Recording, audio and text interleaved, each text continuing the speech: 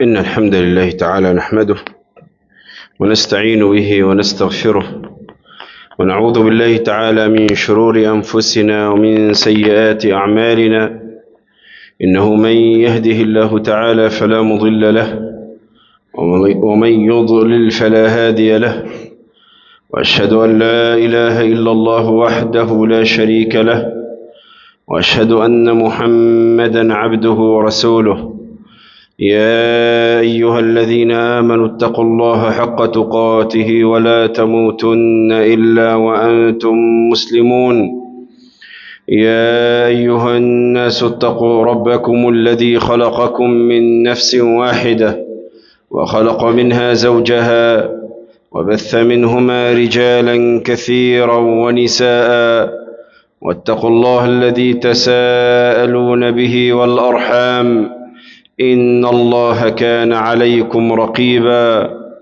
يا أيها الذين آمنوا اتقوا الله وقولوا قولا سديدا يصلح لكم أعمالكم ويغفر لكم ذنوبكم، ومن يطع الله ورسوله فقد فاز فوزا عظيما.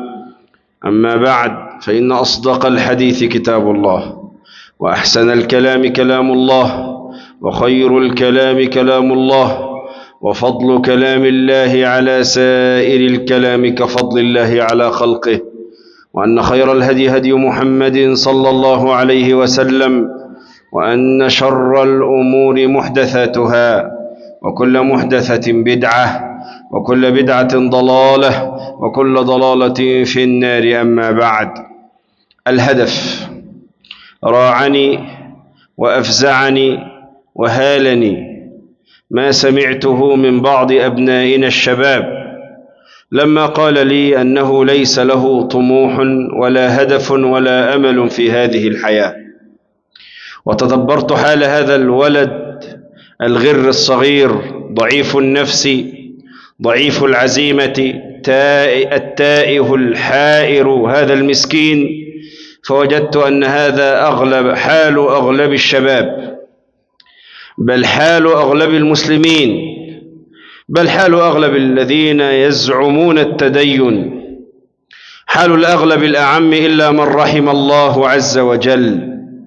لأن الشيطان يا عباد الله، وإن كنت رجلا صالحا يسرق منك النية في الطريق، يكون هدفك في الأصل هو عبادة الله ورضا الله والسعي في مرضاته ومحبته ورفعة دينه ونشر سنة نبيه صلى الله عليه وسلم. فمع الآلام والأوجاع والفتن يسرق الشيطان منك النية. لما ندخل في سوق، وبعدين جماعة الحرمين المحترفين يضرب بعضهم بعضا، فأنت تدخل تسلك، رجل عطوف، رجل جميل، تحب الخير، صعب عليك أحدهم الذي يضرب بعناية، والثالث الواقف من بعيد يراقبك أيها الغر المسكين، فيسرق ما في جيبك من المال، ولو كانت سبيكة ذهبية أو قطعة معدنية يذهب بالحال، ولا حول ولا قوة إلا بالله. هكذا الفتن تحتوشك، تنتابك، تتعارك في داخلك وفي خارجك، فتنة الزوجة والأهل والمال والولد والجار والواقع، والسياسة الداخلية والخارجية والعالمية والمصرية وغيرها. ويأتي الشيطان يسرق منك الهدف الأصلي، هو أنك عبد الله. كثير منا نسي هذا المعنى، نسي الهدف. هذا الشاب قال هذا لأنه لا عمل، هو يريد أن يبني شقة، وأن يفتح تجارة، وأن يفتح أو أن تأتيه وظيفة، وأن يربح بعض المال ليتزوج محبوبته أو التي تربو إليها نفسه، يخطبها ويدفع لها المال ويبين في عينها كأنه فارس مغوار أتاها بالمال من فم السبع. فلما أغلقت الأبواب تحطمت نفسه وانكسر عزمه واضمحلت النية في نفسه، لأن النية في نفسه كانت للدنيا، فقط شقة وسيارة وزوجة. أما إذ قد اختفى هذا فقد أصابه اليأس، لأن الهدف في أصله لم يكن رب العالمين سبحانه وتعالى. عباد الله، إن الله عز وجل خلقنا في الأصل في الجنة، فليست الأرض مسكننا، نحن من الجنة وإليها إن شاء الله، كما قال ابن القيم رحمه الله: فإننا سبي العدو فهل ترى نعود إلى أوطاننا ونسلم، وبعضهم ينطقها ونسلم، أي ننجو من هذه الدنيا ونخرج منها سالمين، أو أن نعود إلى الجنة مسلمين على أهل الجنة من الملائكة ومن سكان الجنة من الحور وغيرها. هل يا ترى سنعود إلى الجنة التي أخرجنا منها وأخرجنا منها الشيطان؟ إن الهدف الأصلي في أن الله عز وجل خلقنا رب العالمين لنعبده. قال الله: إني جاعل في الأرض خليفة.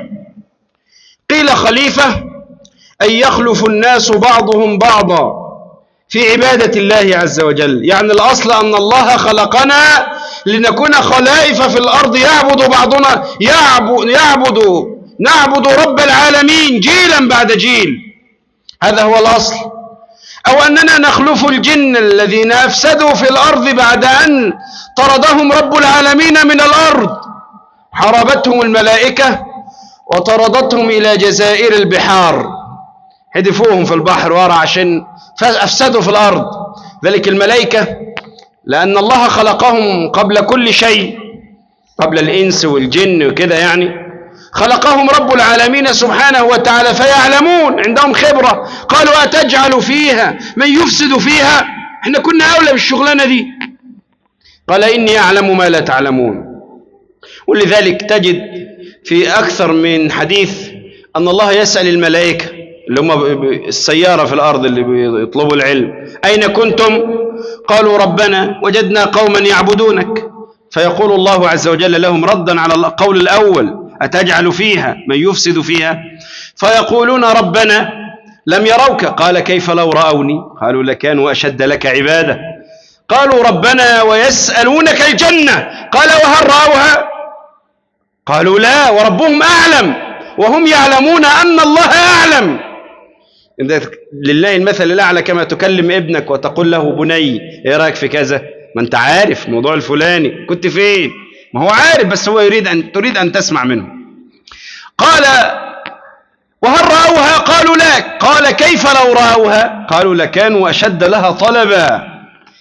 يبقى بيرد عليهم: أتجعل فيها من يفسد فيها ويسفك الدماء ونحن نسبح بحمدك ونقدس لك؟